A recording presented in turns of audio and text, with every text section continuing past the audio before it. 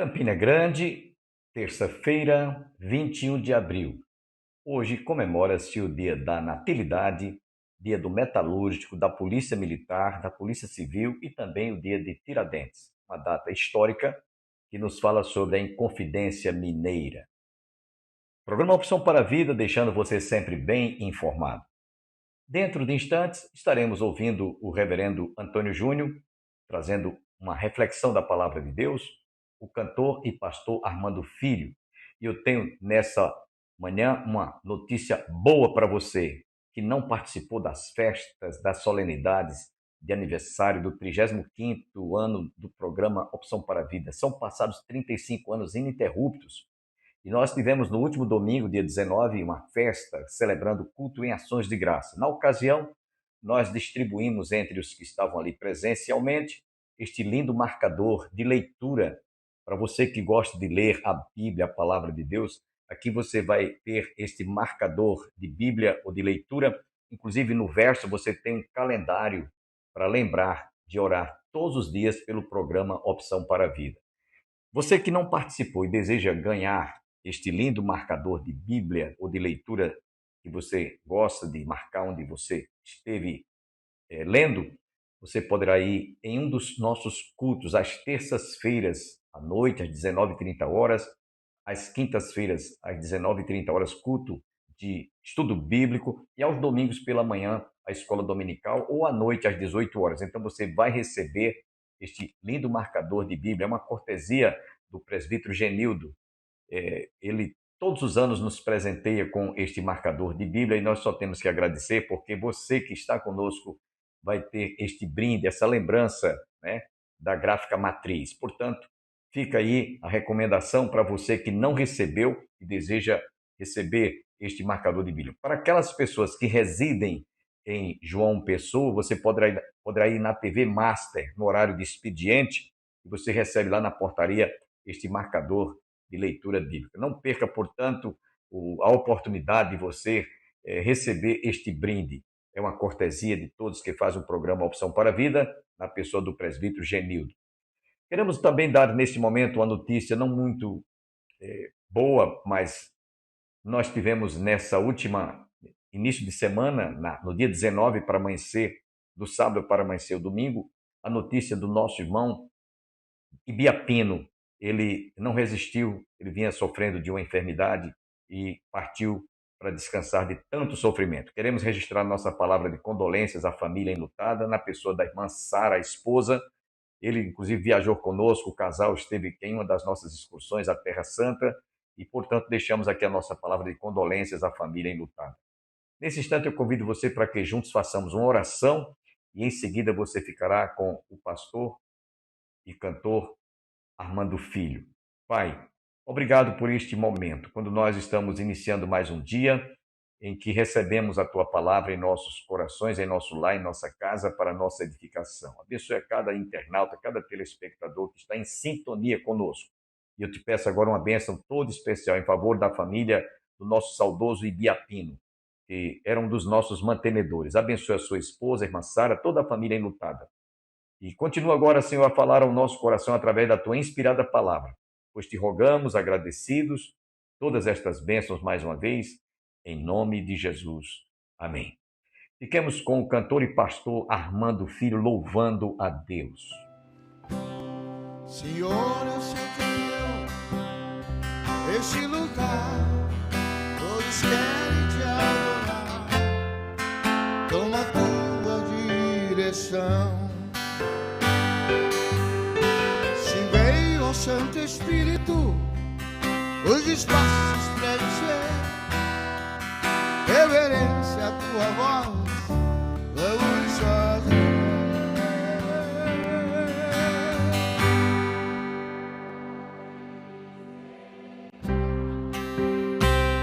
Senhor Jesus, ó Senhor, teu poder, teu povo sentirá.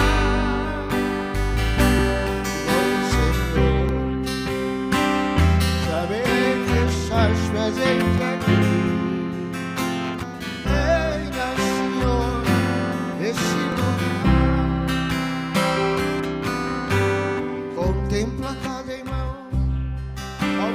Senhor, dá-lhes paz interior e canções pra te louvar. E faz toda tristeza e certeza de amor. Glorifica o teu nome, ó meu Senhor.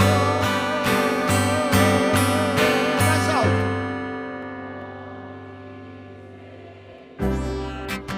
Senhor, teu poder, teu povo sentirá. Que bom, Senhor, saber que estás presente aqui. Reina, Senhor, neste lugar.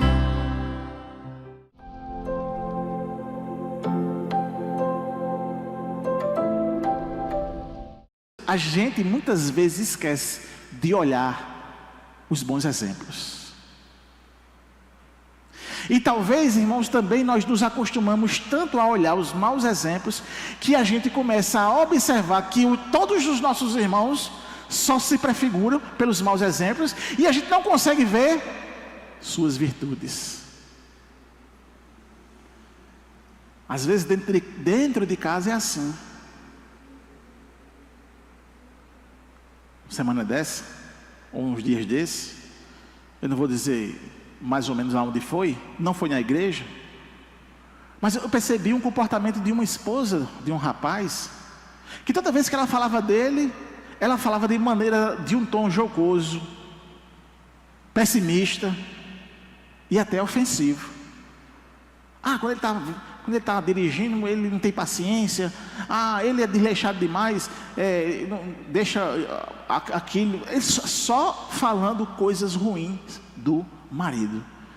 Eu me preocupei. Disse, misericórdia. Isso é ruim para esse casal. Isso é ruim para ela. Porque ela não consegue ver as virtudes do marido. Não consegue se alegrar com as virtudes do marido. Ela está então entrando num poço sem fundo de defeitos, e talvez ela não possa nem sair dali. E eu pensei, isso pode resultar em um divórcio, porque é isso. Imagine você, meus irmãos, olhando para o pai, para a mãe, para o esposo, para a esposa, para o filho, para os tios, para o avô, e só vê os defeitos, não consegue ver virtude. Será que não há nenhuma virtude? E ver virtude não é se auto-enganar. Ver virtude, irmãos, é ver a beleza da outra pessoa. Às vezes ficamos tão melancólicos, às vezes ficamos tão rancorosos, porque nós estamos nos acostumando a ver somente os defeitos. Amém, meus irmãos? João vai dizer aqui que quando ele olhava para Demétrio, ele vai ver coisas importantes, tremendas. Se por um lado é possível que uma pessoa não convertida possa utilizar da igreja ao qual está inserida para desenvolver suas vontades e vaidades, João vai dizer que o que prevalece é o coração transformado. Embora ele identifique Diótrefes com esse comportamento ruim, João vai dizer o seguinte: existe muitos irmãos que têm características como esse irmão Demétrio, ou seja, que desenvolve um coração transformado, uma alma lavada pelo lavar regenerador do Espírito Santo. E por que eu digo muitos? Porque isso é uma característica da igreja. A igreja, ela é formada pelos santos, pelos servos, por homens e mulheres que foram lavados e remidos no sangue de Cristo, por homens e mulheres cheios do Espírito Santo, por homens e mulheres selados pelo Espírito Santo. Amém? Paulo, escrevendo a carta a Tito, capítulo 3, versículo 5, ele disse: não pelas obras de justiça que houvéssemos feitos, mas segundo a sua misericórdia, nos salvou pelo lavar da regeneração e da renovação do Espírito. A nossa esperança, meus irmãos, é que, embora esse quadro pintado primeiro por um homem líder que estava mal intencionado, João agora pinta um quadro de esperança, pinta um quadro que é a realidade da própria igreja, que é a realidade da maioria da igreja. Homens e mulheres que têm um coração transformados, homens e mulheres que têm um coração piedoso, homens e mulheres que têm e foram lavados pelo Espírito, que têm o Espírito. O contraste, irmãos, é que a vaidade é uma obra de justiça própria. A regeneração é o que substitui o eu pelo Espírito, mudando a motivação de quem serve na igreja. O motivo último de servirmos a igreja é Ele, e isso faz toda a diferença. Então o próprio João, na sua primeira carta, ele estabelece que quem usa a comunidade para os seus próprios fins, sem amar de fato, prova que ainda permanece na morte espiritual. 1 João 3,14. Nós sabemos que passamos da morte para a vida, porque amamos os irmãos. Quem não ama a seu irmão, permanece na morte. No capítulo 2 da primeira carta, versículo 16, porque tudo o que há no mundo, a concupiscência da carne, a concupiscência dos olhos, a soberba da vida, não é do Pai, mas do mundo. A soberba da vida é exatamente o que move o não convertido a buscar status religioso. E João afirma que isso é incompatível com o amor que procede de Deus. Mas, meus irmãos, veja que fantástico. João afirma que todos nós podemos ser aprovados, e que 3 coisas são necessárias para a aprovação de uma pessoa na comunidade. Primeira delas, Demétrio tem um testemunho de todos, o testemunho da própria verdade. Sua vida condizia com o Evangelho e o testemunho do apóstolo. Que coisa fantástica. Como os irmãos sabem, eu dou aula em seminários, e nos seminários nós formamos novos líderes, novos pastores.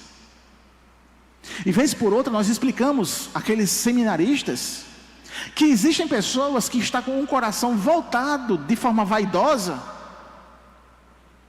que quando está na igreja se encanta com o púlpito, se encanta pensando que o púlpito ou que pastor é só esse momento aqui, então se coloca a querer fazer seminário, a querer estudar, a querer ir para as etapas para ser pastor. Mas uma coisa interessante é que eu dizia que muitos desses, não tendo o chamado verdadeiro, acabam abrindo os seus próprios negócios. Não é nem igreja, é os seus próprios negócios. Quantas vezes líderes fizeram isso?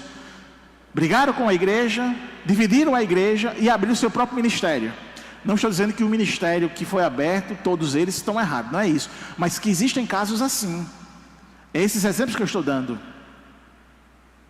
E que eu diga ao seminarista: a primeira coisa que você precisa entender, para que você seja pastor, é que se a sua comunidade vê isso em você,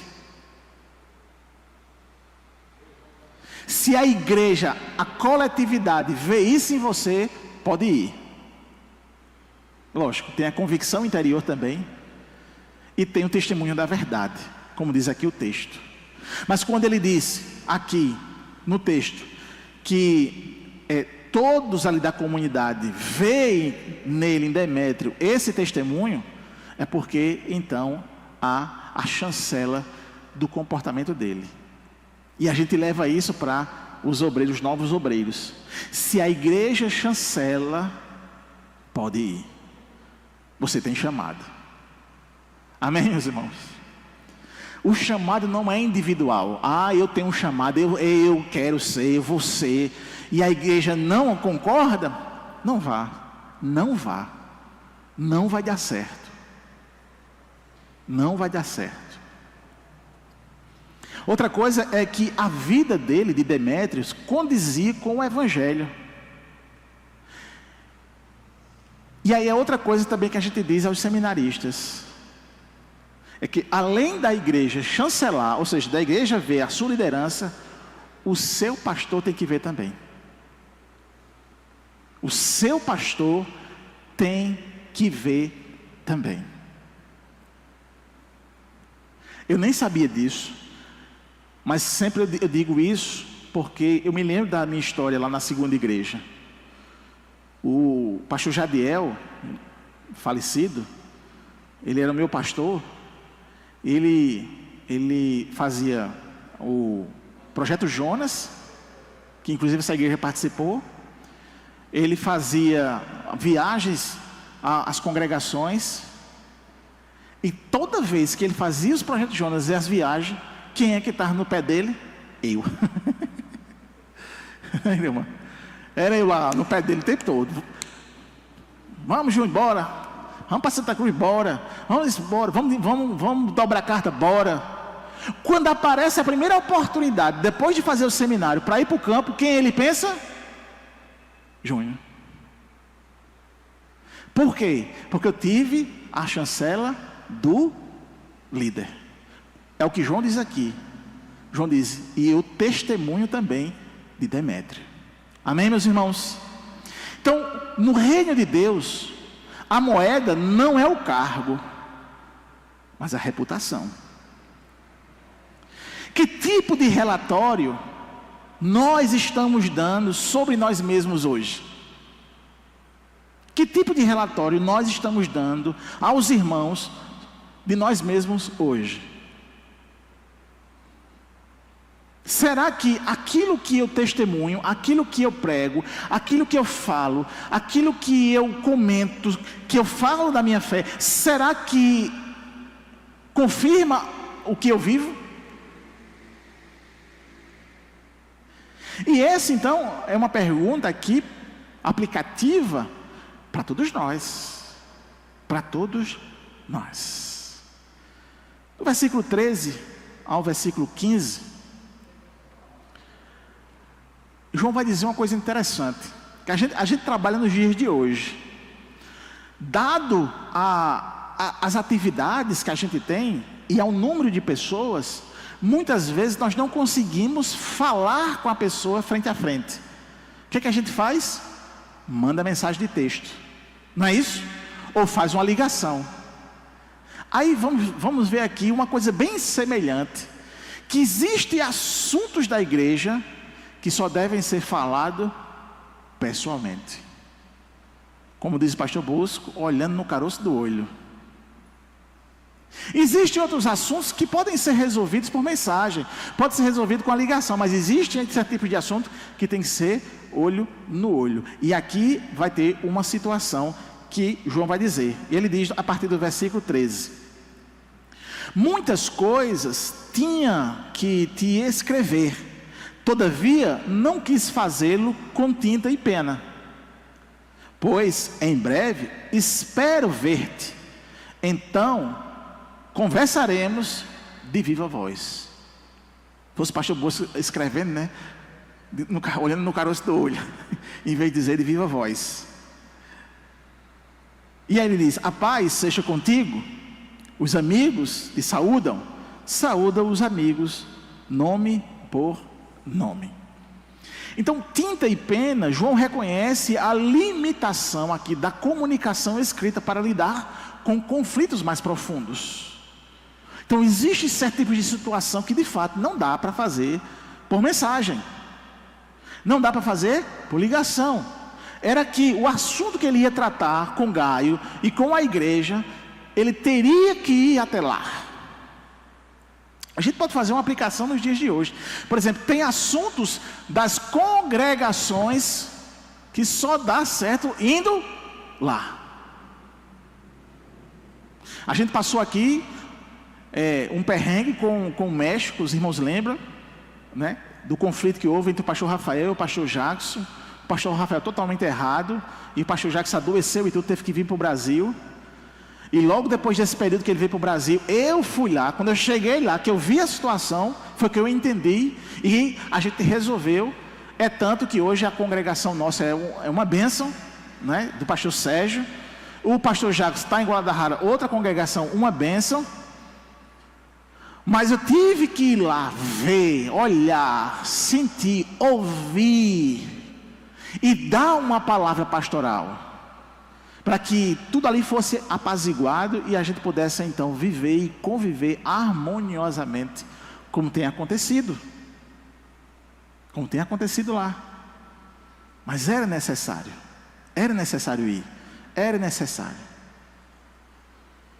Da mesma forma acontece aqui na igreja, quando há um conflito, quando há alguma coisa que é necessário que o pastor então esteja frente a frente, conversando, olhando no olho, compartilhando, dizendo e ouvindo. Existem então conflitos mais profundos dessa necessidade. E ele diz, né? Face a face, ou seja, literalmente, boca a boca. Ou seja, isso indica uma intimidade e uma clareza.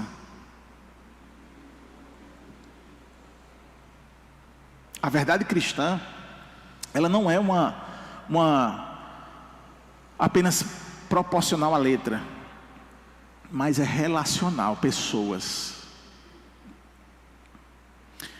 A resolutividade de conflitos exige estar junto. Amém? A resolutividade de conflitos na igreja exige estar junto.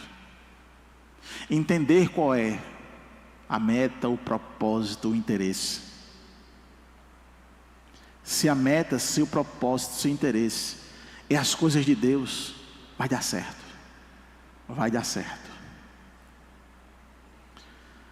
Aqui a tecnologia de João era papel e tinta. Talvez para nós hoje sejam as redes sociais, as telas. Não substitui o face a face. O discipulado real acontece na convivência. Os irmãos que estão me vendo em casa, que receberam o link do YouTube, pode ter até aprendido alguma coisa, mas esse tete a tete aqui é diferente. Amém, meus irmãos? Esse estar presente é diferente. Louvado seja o nome do Senhor. E aí ele termina: paz seja contigo, os amigos te saúdam, saúda os amigos nominalmente. Essa paz aqui é muito mais do que a ausência de conflito. É o shalom do Antigo Testamento, que deve governar a igreja, apesar de homens como Diótrefes. Amigos, João usa aqui esses amigos, em vez de dizer discípulos ou irmãos, ele está evocando aqui a linguagem do próprio Senhor Jesus Cristo, que tratou os seus discípulos como amigos, amigos de Deus. E nominalmente, é justamente esse toque final do pastor. Líderes, autocratas, veem massas. Líderes cristãos veem pessoas, ovelhas. Cada pessoa na igreja de Gaio importava para João, nome por nome. E aí, partindo para a conclusão, irmãos, a terceira carta de João termina nos chamando para uma escolha. Quem nós seremos na igreja? Quem eu sou na igreja, ou quem eu quero ser na igreja? Diótrefes ou Demétrio e Gaio? A resposta eu já sei, que eu acho que é a resposta que está no meu coração. Eu quero ser Demétrio, eu quero ser Gaio, eu quero ser essas pessoas que foram levadas e andaram na verdade, como diz o título da nossa série. Que andavam na verdade, e isso refletia no seu dia a dia, na sua vida, no seu ministério.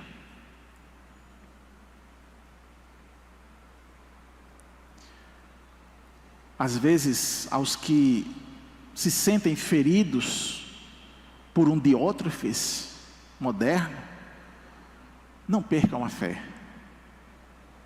Imitem o que é bom. A todos nós que exercemos liderança, que a nossa maior alegria não seja o título, mas ver os nossos filhos, os nossos liderados andando na verdade.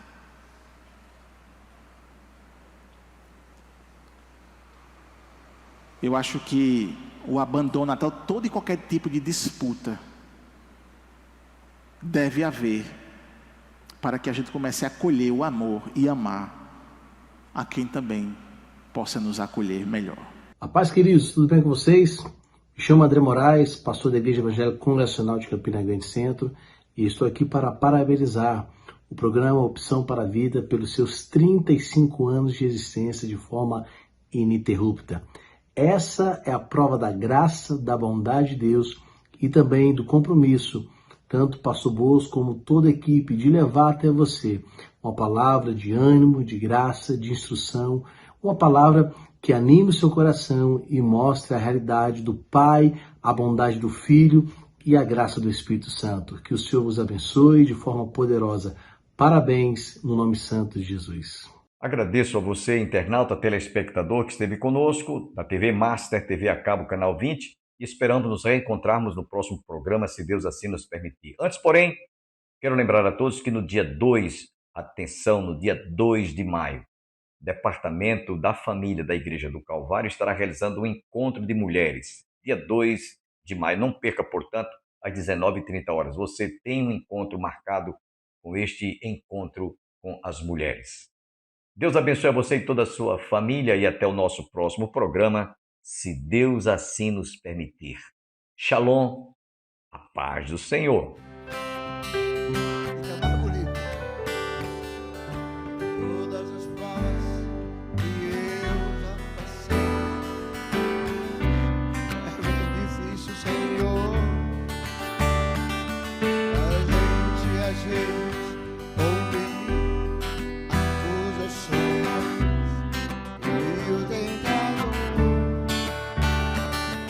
lembranças do passado. Querem me fazer parar, ou mesmo palavras que já ouvi, que não querem a gente acreditar. O que acontece? E quase cai, sem força. O que você faz?